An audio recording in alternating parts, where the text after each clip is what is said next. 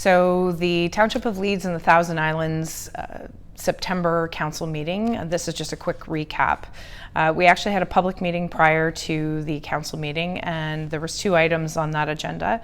One for a road closure and sale application, concession to part lot 10 and 11, former front of Leeds and Lansdowne. And that is a piece of property up near Cheeseborough Road, right off of Highway 32, to essentially sell an old road right of way, mainly to give frontage to a potential building lot. So we're just going through the motions of that, as well as a notice of a non-statutory public meeting for a zoning bylaw amendment for vacant land at the corner of Fitzsimmons Road and Granite Ridge Road.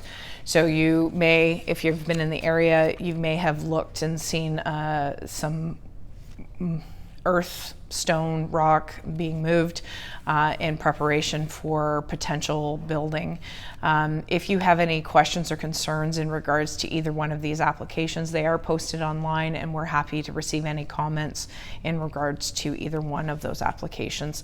No recommendation has been made to council for the second one yet. However, the first item has been recommended to move forward for the road closure sale. So the first item on the agenda is obviously call to order, which we were shortly after 7 o'clock last night because of the length of the public meeting.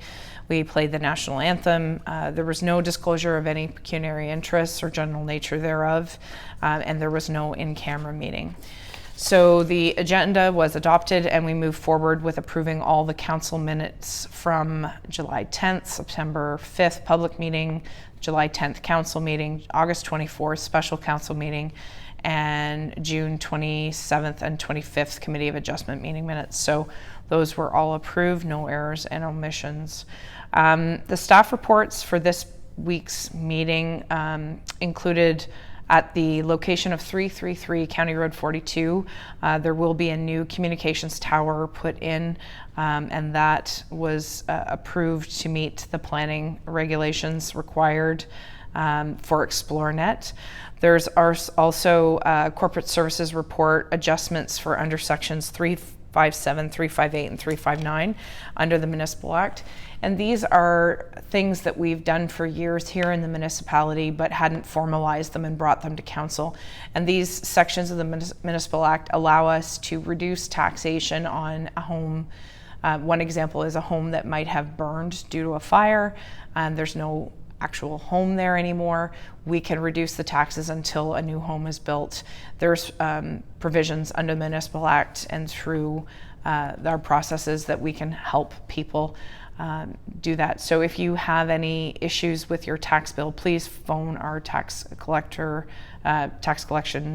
specialist here. Rebecca is her name, and she would be happy to help you.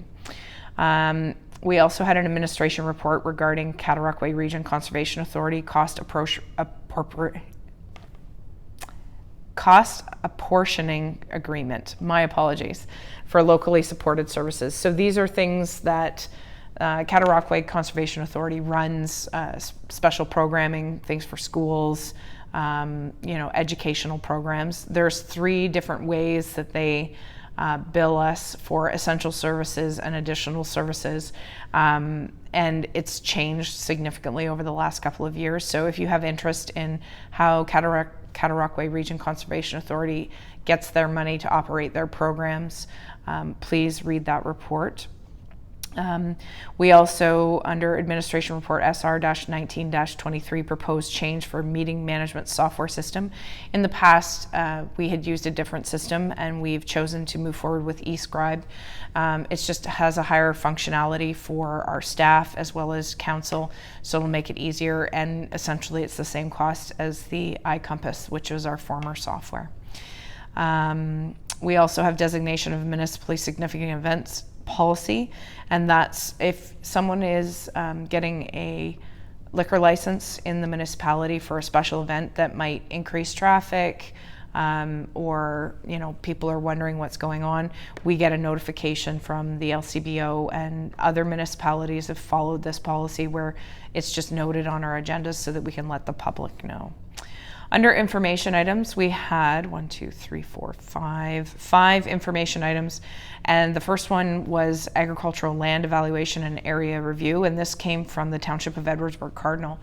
And it's in regards to the possibility of changing land designation. So in short, there are a number of ways that land can be designated: rural, residential, prime ag, commercial, all of the different things that you might zone your property. This, however, is a process that the province has asked us to undertake to ensure that prime agricultural land is designated and protected. It's also it would prevent people from severing lots on prime agricultural land. So in Eastern Ontario, there's varying degrees of farmland, regardless of the quality of the soil comparative to Western Ontario or up even near Richmond, near Ottawa. You're looking at very different types of soil here because of the Canadian Shield and all the meshing that happens here in the Frontenac Arch biosphere. However, there is lots of production happening on agricultural farmland, which may or may not be classed very highly due to this land evaluation. But the interesting piece is that all the work's being done, and they were ready to move forward with it in November. We, meaning myself and my county colleagues, have basically asked to notify 2,000 landowners within Leeds and Grenville to make them aware of the potential change of designation to their land. And this was very important to the group, so it's likely going to take a little more time. So if you currently own a rural piece of property, you need to check the maps. If you own any sort of acreage, you need to check the maps. They are online, both on the county website as well as our website, whereby you can check and see if this is a possibility that they might change the designation to your particular land, because there are challenges that present themselves going from a rural residential zone to a prime ag zone, and everything is explained there in the documentation. City of Toronto proposed new provincial policy statement, so they had communicated what they had sent in to the province. Also, Elizabethtown Kittley, Mapleview Lodge, St. Lawrence Lodge municipal operating subsidies. This was a lot of discussion last night. There are a number of public, private, and not-for-profit run long-term care facilities here in the United Counties of Leeds and Grenville. One of the things that Elizabethtown Kittley wants to see is that Sherwood Park Manor, being the example of a not-for-profit home that has found a way to operate at a zero budget. So they factor in all of their costs, and based on the subsidy that they get from the province to run a long-term care facility, they are able to balance their budget. However, my understanding is, and I am a member of the Committee of Management for Mapleview Lodge, we are looking at models of care for the new home, which is going from 60 beds to 192 beds. And the municipal subsidy that has always, or most recently, been used to run the 60-bed facility is about $3 million a year. When we embarked on this journey, the goal was to not increase that subsidy at all, that we would end up with 192 beds serving more residents with the same subsidy. However, due to COVID and all the other costs associated with living, heat, hydro, food, all the costs have gone up exponentially. However, we're trying to find creative ways to get that subsidy down. The letter from Elizabethtown Kittley is a challenge to the counties and St. Lawrence Lodge, which we also support, that we try to find ways to get down to that zero budget. My understanding is, though, that there is some market differences between publicly run facilities, privately run facilities, and not-for-profit facilities. So we're digging into that a little bit more so that we can better understand the differences between the three different types of homes. We also had the 2022 AMO annual report, as well as the Municipal Property Assessment Corporation post-enumeration report. So those information items were accepted and received as filed, as well as a resolution of support for the Edwardsburg Cardinal Ag Review delay to make sure and ensure our residents are properly notified. Under action items, we had Planning Report SR-152-33, request for extension of draft plan of subdivision approval, Greens Electric Plumbing and Heating Limited, parts lot 19 and 20, concession 1. That's a piece of property up in behind Fox Run on the river, up off the Parkway. So that draft plan of subdivision has not been approved yet. They're requesting an extension so that they can get all the studies in order, but they're asking for 1 more year, and we granted that. However, there are a number of studies that still have to be completed in order for us to approve a draft plan of subdivision. Planning Report SR-158-23, which is the road closure and sale request, unopened road allowance located at Lot 10 and Lot 11, Concession 2, former township of Front of Leeds and Lansdowne. So that was to approve that we would sell that to the neighbor, excuse me, and that the applicant would provide and design complete the road construction of a cul-de-sac at the end of Cheeseboro Road to the township satisfaction as detailed in the development agreement. So providing that the reference plan, the survey comes back appropriately, we would be looking to better the Cheeseboro Road and allow for emergency vehicles as well as local traffic to have an easier way to turn around at the end of the road. So, Operations Report SR-147, Servicing Allocation Policy for the Village of Lansdowne. The reason this is important is because under Bill 23 from the province, they allocated, we have to keep some of our allocation to allow for existing homes within the settlement area to add an additional unit. So under Bill 23, technically you can have up to 3 units on any residential lot, and this is to support the building more homes mantra. And so the difficulty is we only have so much capacity within the system here in Lansdowne, and if we gave it all to the existing homes, we may not have room for growth and development for new homes. So this policy will allow us to allocate and not give it away and lock it up for any long length of time. We have the ability to rescind it. The report is there with all the policy framework, and we will be using that going forward when it comes to allocating village servicing on this water and sewer. So we tendered a mid-sized truck for operations, and that went through as well. Most exciting, we are moving forward. That council directs staff to proceed with finalizing the design and tender preparation for the new fire station number 2, and that's up at the corner of Highway 15 and 32. So we're at the 11th hour here before we get the tender out, and hopefully the tender will be coming forward shortly, and you will see the results of that. So very exciting to move forward on that. The administration report SR-159-23, which is physician recruitment, physician experimental locum grant. The council grants 3 readings and final passage to bylaw number 23-053, being a bylaw to establish a physician experiential locum grant policy. And what this policy will do is it will allow us to help subsidize a local new physician coming into the area, testing us out, trying us out for size, and hopefully inspiring them to stay here in the community. One of the biggest things that we hear all the time is that we can't get people to move here for one reason or another.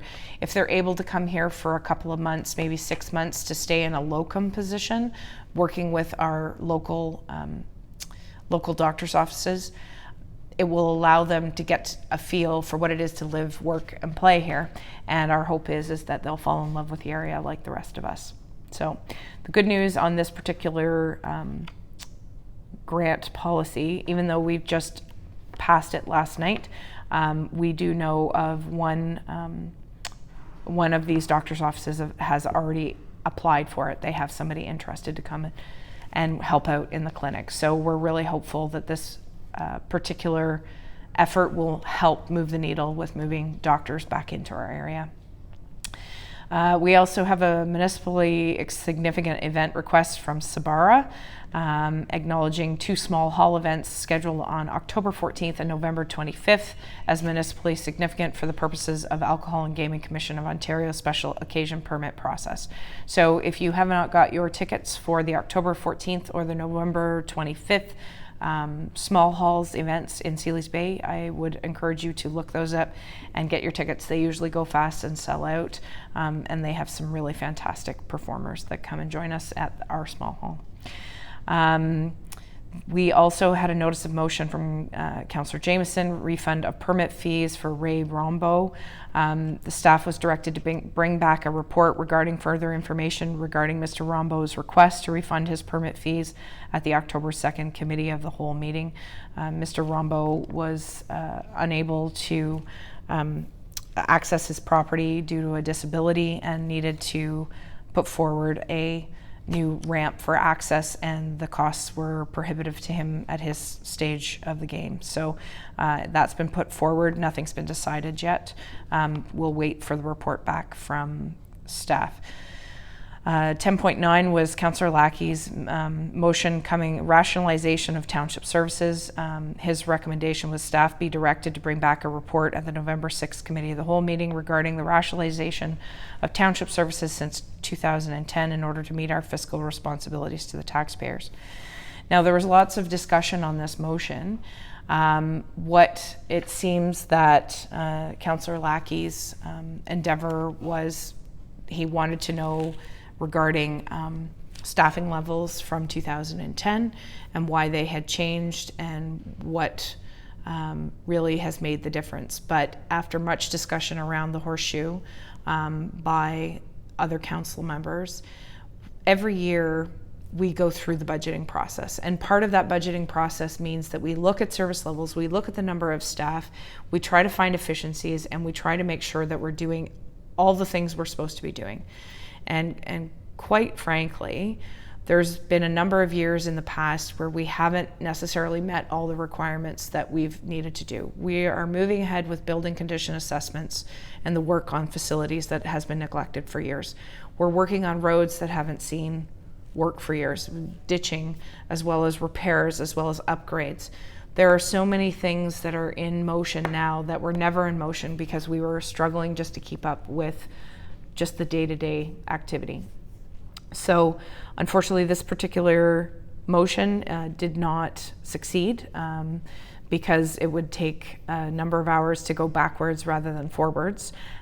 So council voted it down, and I'm going to surmise to say that we are looking forward to the budget process where we will be reviewing the budget and making sure that your tax dollars are being used appropriately and that we have the appropriate number of staff to complement the minimum service levels that we have to meet, as well as the expectations that this township has from the residents' point of view for snow plowing, sidewalk clearing, property standards, planning, building, all of the things combined. So we take all of these things into account. So we will see the 2024 budget probably in December, so you might want to watch for that. 10.10 was Councillor Lackey's backyard chickens. So the direction was that staff be directed to undertake research regarding how other municipalities are approaching allowing hens in residential areas and conduct a survey to solicit public input regarding backyard chickens.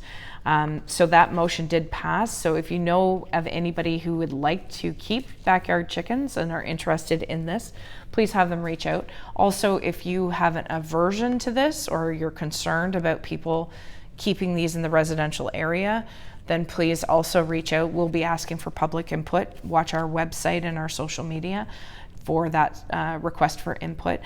But the compelling argument that was made by a township resident was that she was looking at food security for her and her family, and that if she was able to keep 4 to 6 chickens in her backyard, she had quite a sizable backyard, that she would be able to have eggs every day for her and her family, and for baking potentially.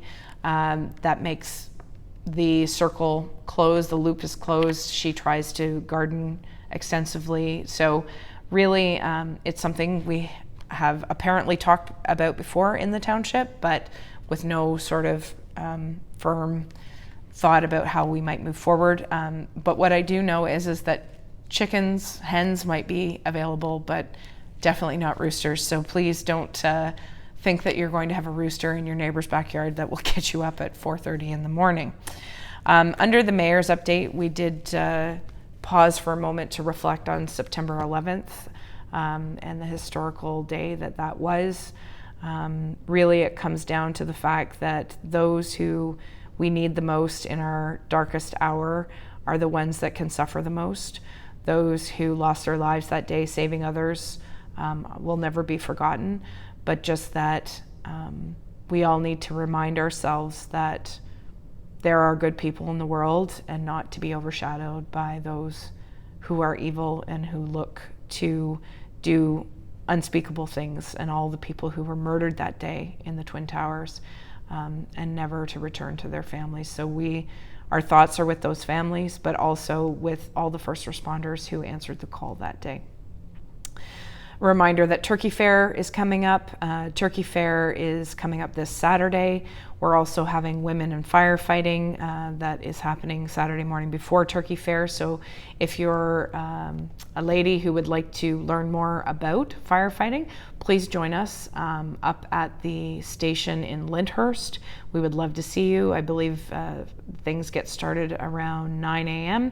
and we hope to see you there. And then when you're done, come over and join us for Turkey Fair. There's lots of other great things that are happening within the municipality. Please check our social media pages as well as our website. We try to keep it updated as possible.